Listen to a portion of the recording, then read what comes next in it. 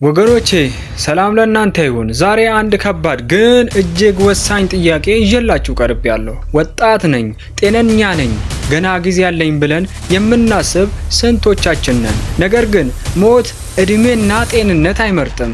የንስሐ ሕይወት ለመጀመር ትክክለኛው ጊዜ መቼ ነው? ዛሬውኑ አይደለምን?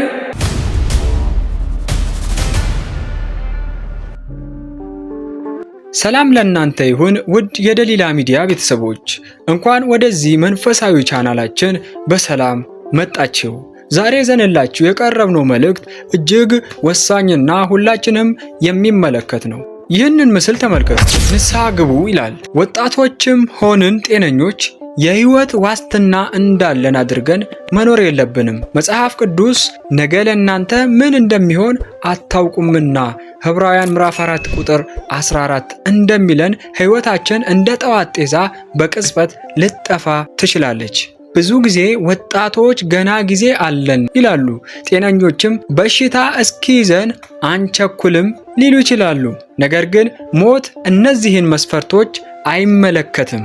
የሞት ባስ የለውም። ይህ ትልቅ አባባል ነው። የሞት ባስ የለውም። ሞት እንደ መደበኛ የህዝብ ትራንስፖርት የጊዜ ሰሌዳ የለውም። በድንገት ይመጣል። የተለመደበት ቀን ብቻ ነው። ሞት ልዩ ቀን ወይም ክስተት አይጠብቅም። በማንኛውም ተራ ቀን ባልጠበቅነው ሰዓት ሊመጣ ይችላል። ይልቁንስ ወገን ይህ የማንቂያ ደውል ነው። ዝም ብለን መቀመጥ እንደሌለብን ያሳስባል። ጌታችን አምላካችን ኢየሱስ ክርስቶስ የተወለደው የጽድቅን መንገድ ሊያሳየን ነው። የጌታችን የኢየሱስ ክርስቶስ መወለዱ፣ ሕይወቱ፣ ሞቱና ትንሣኤው የድነታችንን የጽድቃችንን መንገድ ነው። ይህንን መንገድ መከተል የሁላችንም ድርሻ ነው። ስለዚህ ወገኖቼ ንስሐ ለመግባት ከኃጢአታችን ለመመለስና ከእግዚአብሔር ጋር ለመታረቅ ነገን አንጠብቅ።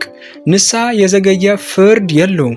ዛሬውኑ አሁኑኑ ወደ አባቶቻችን ቀርበን ንስሐ እንግባ። የንስሐ አባቶቻችንን ምስል እንደምታዩት እነሱ ሁሌም እኛን ለመቀበል ዝግጁ ናቸው። የንስሐ ሕይወት ስንጀምር እውነተኛ ሰላምና ደስታ እናገኛለን።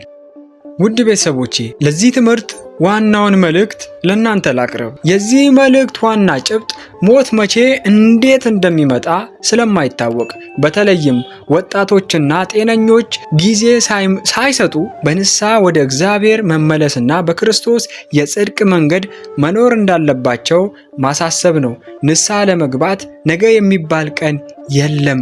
ትክክለኛው ጊዜ አሁን ነው። እግዚአብሔር ሁላችንም በንስሐ ታጥበን በቅድስና እንድንኖር ይርዳን። አሜን።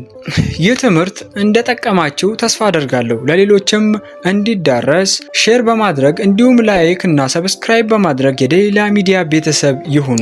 ሐሳብ አስተያየታችሁን ኮሜንት ላይ ጻፉልን። እግዚአብሔር ከሁላችን ጋር ይሁን። ወስብሐት ለእግዚአብሔር። ይቆየን። ደሊላ ሚዲያ የእውነት መንገድ ማያ